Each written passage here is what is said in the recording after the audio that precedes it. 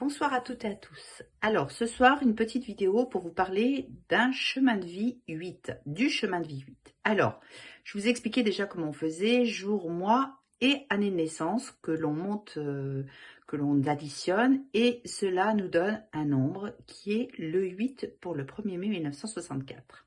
Alors, on peut voir déjà sur ce chemin de vie 8, qu'il est obtenu par un 17. Un 17 qui est une très belle lame, qui est la lame de l'étoile, la lame de la chance, effectivement, de la chance, de l'amour, de l'amour que l'on trouve. Hein. Quand même, c'est une très belle lame. Donc déjà, j'ai envie de dire que le chemin de vie 8, c'est une particularité. Donc c'est la façon dont la personne fonctionne.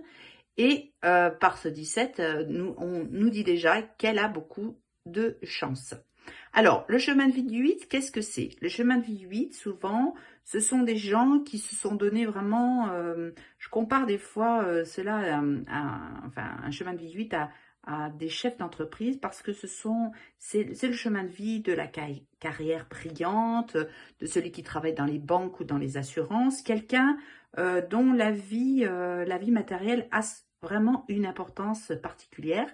Ce sont des gens d'ailleurs qui peuvent s'engouffrer quand même dans la spirale du travail parce qu'ils sont très axés sur leur réussite, sur la réussite matérielle. Hein. Donc beaucoup, oui, on peut y voir le chef d'entreprise, on peut y voir des gens avec de grands projets, effectivement, qu'ils se sont fixés. Des gens dont la dynamique est assez importante, bouillonnante.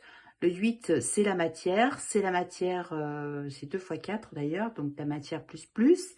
Donc le succès à tout prix, hein, des gens qui vont se donner beaucoup de possibilités, qui vont se donner toutes les potentialités pour réussir. Alors, le moins du 8, c'est quelqu'un qui va pousser loin et qui va en oublier un peu les limites qu'il doit se donner.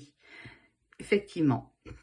Alors, sur cette date de naissance, on y voit qu'il y a le 1 du battleur, le 5 du pape et le 20 du jugement.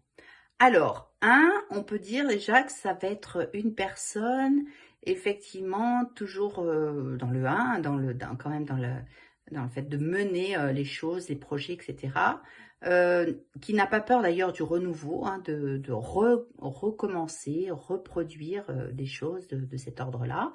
Quelqu'un dont une éternelle jeunesse dans le sens où effectivement il n'a pas peur de se lancer, relancer, repartir, remettre à plat, repartir à zéro.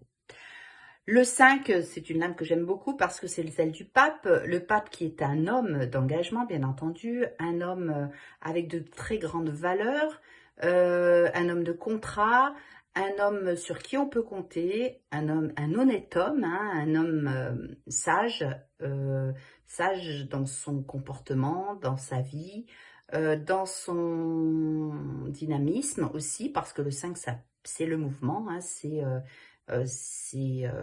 quelqu'un qui bouge, hein, quelqu'un qui a une certaine dynamo, mais c'est un homme sur qui on peut compter, un homme de valeur.